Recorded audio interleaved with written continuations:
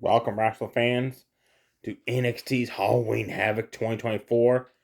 This was always a WCW pay-per-view, like the Great American Bash, the War Games, but WWE has brought those pay-per-views back. NXT does the Great American Bash and Halloween Havoc throughout the years now, and WWE main roster shows does War Games. Halloween Havoc intro was awesome. Gingy, no, she still got a job. I haven't seen her there for months. She highlighted all the matches. Nice job doing that. Added a little Halloween spooky themes to it. The opening match, TLC for the North American Championship, folks. Fima is going for his title again. He took on the new champ, Tony the Don. Before the match, Tony the Don requested to the Rockstar, the general manager, that no climbing the ladder to unhook the belt. Pinfall submission only. She granted that. Bell rang Tony friggin' speared Fima. Sent him face first to the ring post, speared his ass through a barricade. Then he got busy grabbing ladders and chairs. Turn around. Fima blasted him in the back twice with a steel chair. Drove into his midsection a couple times. Chokeslammed him on the chair. Tony tossed a chair into Fima's face. That just pissed off Fima. Run and body slammed him into a ladder on a corner. That was set up. Repeat, smashed his face off the ladder. Tony fought back with a couple forearm shots. Trying to put Fima through a table that was up in the corner. Fima ran, uppercut his ass through the table. Tony, as he was crawling out like the remains, broken debris of the table, went for his crowbar. Apparently, got hit him by the steel steps. Wasn't there. Apparently, Fima, before the pay-per-view started, noticed he had hit it during the pre-show, I guess, and went to the other side of the ring, pulled out the crowbar, hit Tony in the guts with it. Applied STF submission with the crowbar. Tony got free. Fima reapplied it. Again, Tony got free. Fought back. Grabbed a steel chair. Chair shots across the back. One-hand spine buster. That was impressive for Tony. Fima picked him up. Tossed him halfway up the air. He came falling down, landed awkwardly on his leg. Then the Mafia members attacked. Well, they tried to. Fima just destroyed Top Stacks and Luca. Turned his attention to Rizzo. Kept, trying to go after her to put her through a table. Tony ended up spearing Fima through the ropes, outside onto a ladder which broke in half, tossed the back of the ring. Fima got up. Rizzo blasted him in the back with the crowbar. Didn't even face him. Luca on Top Stack, still a shadow machine double team with a steel chair. Fima still standing. Tony then spy busted him through a table. Still, American champion, Tony the Don. Great match start off the pay-per-view. So, Rockstar, you should take that in consideration because the last 4 weeks, your opening matches in NXT have not been that good to get fans excited. This is what kind of matches you need to get fans excited for the rest of the show. Then backstage, Alexis King is still trying to find a corner man for his Heritage Cup match Tuesday against Charlie Dempsey. Well, guess who accepted it? Rhea Rigo. Charlie Dempsey's father. Kind of curious if Rico's going to screw over Alexis King in that match. Probably.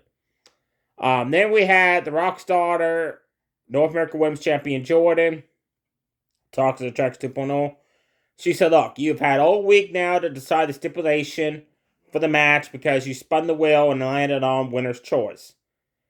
She says it's not fair for the champion, Jordan, to wait to match time to find out what the match is. So Toxic Attraction fine. It's a gauntlet match. That is cool. It's better than a handicap match now you think of it. But the Rockstar made the stipulation that the only person that can win the championship is Daisy Duke. So the order of the gauntlet match is going to be Jordan, Jasmine. Then if Jordan beats her, she fights Corey Jade. If she beats her, then she faces Daisy Duke. So basically Corey Jade or Jasmine can just beat her up. So they're not going to win the match until the final gauntlet match there. Then we had the women's tag match. Roxanne Perez, your NXT Women's Champion. Almost a year and a half now as champion. And her new partner, her former teammate, Corey Jade, took on the newcomers, Stephanie Virgo and Julia. Julia's entrance bothers me because she just mocks and copies Asuka down, pitched her perfect to everything during her entrance, even the dance moves. They start off. Julia and Stephanie just destroyed Roxanne and Corey Jade.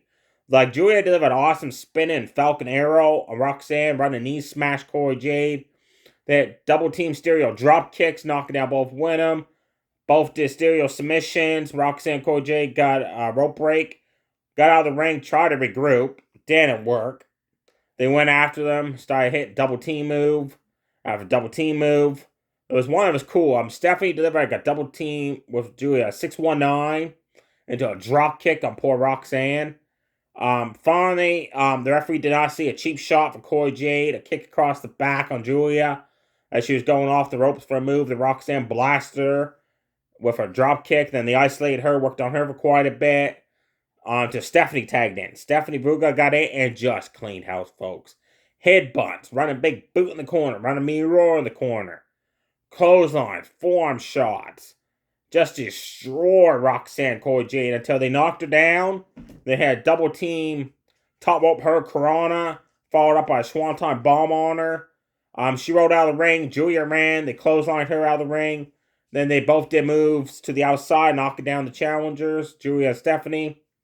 All four women fighting the ring. Roxanne Cora Jade stereo super kicks, knocking them back out of the ring. Again, all four women started fighting. The announcers announced that Stephanie and Roxanne were the legal winner. And then the ending was awesome. Julia delivered a superplex off the top rope. Stephanie came off the opposite corner of a spinning corkscrew moonsault onto Roxanne, picked up the win. Really good women's match. The only thing I did not like was during the match, Julia and Roxanne slapped each other across the face weakly, and then they both fell down. The referee started counting to 10. I'm like, don't have a double count out there. After the match, again, we got the newcomer Zaria. She came out this time. She was up in a skybox, and she didn't do anything. I'm liking this newcomer. She looks badass, but she's got to do something instead of just showing up twice now, just staring down the Wyndham. And they announced that Stephanie is pinned Roxanne. So it seems like they're going to go with Stephanie Vugu versus Roxanne for the Women's Championship. Up next now, it's going to be Adrian Chase versus Ridge Holland in an ambulance match. And Adrian Chase is coming out with kind of like a Freddy Krueger shirt going on. And the ring announcer is dressed up as Beetlejuice. So far, I'm digging Halloween Havoc 2024. Stay tuned. Too sweet. Bye.